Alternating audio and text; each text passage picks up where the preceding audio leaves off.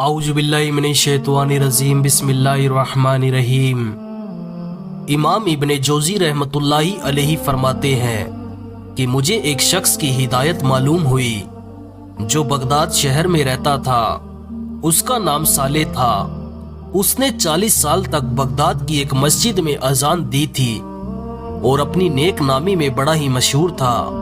ایک دن یہ اذان دینے کے لیے مسجد کے مینارے پہ چڑھا۔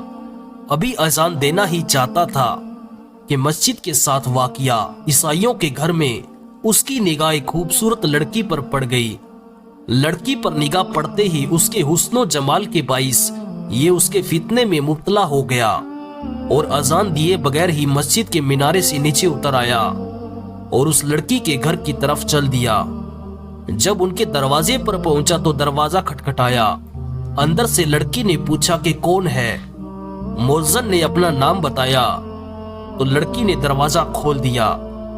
دروازہ کھلتے ہی مؤذن نے اپنا ہاتھ لڑکی کی طرف بڑھانا چاہا تو لڑکی ڈر کے مارے پیچھے ہٹ گئی اور حیرانگی سے کہنے لگی کہ تم مسلمان تو بڑے دیانت دار ہوتے ہو، تو پھر یہ خیانت کیسی؟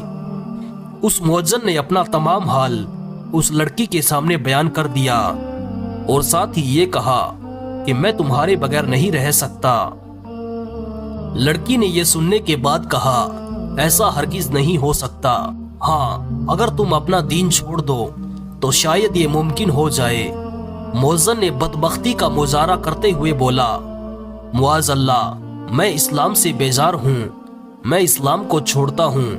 یہ سب کہہ کر وہ لڑکی کے قریب ہونا چاہتا تھا تو لڑکی نے پھر کہا یہ جو کچھ تم نے کہا یہ صرف اس لیے تھا کہ تم اپنا مقصد حاصل کر سکو۔ ہو سکتا ہے کہ تم اپنا مطلب پورا کر کے دوبارہ تمہارے دین میں چلے جاؤ، لہٰذا اب میری بھی کچھ شرائط ہے۔ ان میں سے ایک یہ ہے کہ پہلے تم خنزیر کا گوشت کھاؤ۔ اس کے بعد لڑکی نے اس کو خنزیر کا گوشت دیا تو مؤذن نے عشق مجازی کے ہاتھوں مجبور ہو کر خنزیر کا گوشت کھا لیا۔ استغفر اللہ۔ اس کے بعد لڑکی نے مزید کہا کہ یہ لو، یہ شراب بھی پیو، لہٰذا مؤذن نے شراب پینا شروع کر دیا۔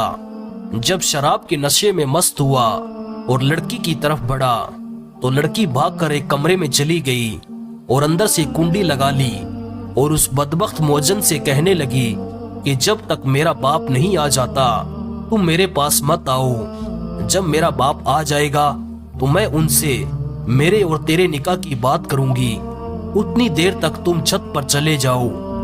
حسب ہدایت وہ نشے کی حالت میں چھت پر چڑھ گیا۔ وہ جو ہی چھت پر چڑھا اس کا پاؤں پھسلا اور وہ نیچے گر کر مر گیا۔ لڑکی نے جلدی سے اس کو ایک کپڑے میں لپیٹ کر رکھ دیا۔ جب اس لڑکی کا باپ آیا تو اس لڑکی نے سارا قصہ اپنے باپ کو سنایا تو دونوں باپ بیٹی نے رات کے وقت اسے اٹھا کر گلی میں ڈال دیا۔ پھر صبح تمام لوگوں کو اس کا قصہ معلوم ہو گیا۔ تمام لوگوں نے اس پر لعن طعن کیا اور اسے اٹھا کر ایک گندگی کے ڈھیر پر پھینک دیا۔ استغفر اللہ۔ اب وہ شخص زندگی میں ذلیل ہوا اور آخرت میں تا قیامت عذاب میں مبتلا رہے گا۔ اللہ تعالی ہم سب کو اچھے اور نیک اعمال کرنے کی توفیق عطا فرمائے، آمین ثم آمین۔